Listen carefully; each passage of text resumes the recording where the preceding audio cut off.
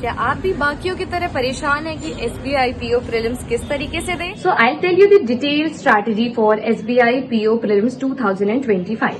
So this year we have 40 questions in English, we have 30 questions in reasoning and we have 30 questions in mathematics. Earlier it used to be not like this. पहले 30 question English के होते थे, 35 question और 35 question reasoning और maths के होते थे. But because of fierce competition और क्योंकि वैकेंसीज बहुत कम है, दिस ईयर भी ओनली हैड 500 वैकेंसीज और समथिंग, कॉम्पिटिशन को टफ बनाया जा रहा है क्योंकि many of the students face problem in English. तो सबसे पहले इंग्लिश की ही बात करते हैं. आपके पास 40 क्वेश्चन है. Think like this before I tell you about what English section should go like. You have to think what are the 40 questions you have to leave in your SBI PO mock and SBI PO main examination, because the exams of 100 marks and the cutoff is 60 marks.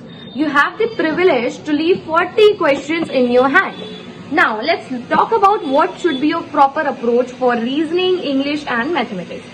If we start from reasoning के question, you have 30 question जिसमें कि 15 question are like very easy. Flat and floor वाला आप कर सकते हैं. Straight line में लोग बैठे हैं, except which are not facing north and south, still that is doable.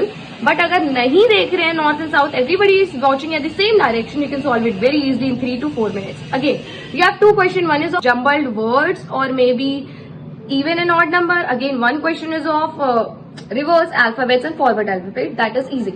Again, if you get a Chinese coding, a direction question, definitely go for it. I'll tell you what are the questions you have to leave. You have to leave those questions which contain sitting arrangement in a pentagon, in a rectangle, in a square, क्योंकि वो थोड़ा tough हो जाता है. I'll not say tough, but उसमें time consuming हो जाता है आपका.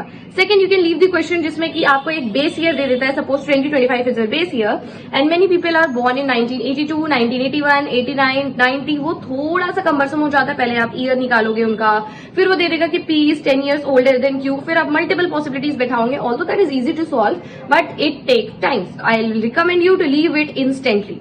So हर एक पेपर जो बनता है वो मॉडरेट, इजी और हार्ड लेवल की इस हिसाब से बनता है कि कम से कम एक नॉर्मल बच्चा, एक एवरेज बच्चा भी उसमें स्कोर कर पाए. It is not only made for the brilliant of the students. So in 30 question 50 question are like very easy and easy to solve. Maybe mock में आपके स्कोर नहीं आ पा रहे होंगे क्योंकि मॉक थोड़ा सा टफ बनाया जाता है, but in actual paper believe me आप सॉल्व कर पाएंगे 15 क्वेश्चन आराम से.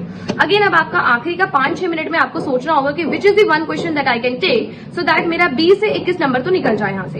That is about reasoning. Maths की बात की जाए तो you will get 2 DI, 1 caselet and then rest other maybe wrong number के 5 क्वेश्चन या क्वाड्रेटिक के 5 क्वेश्चन या मिसिंग नंबर के 5 question and rest other will be your arithmetic. Probably 10 question arithmetic के रहेंगे.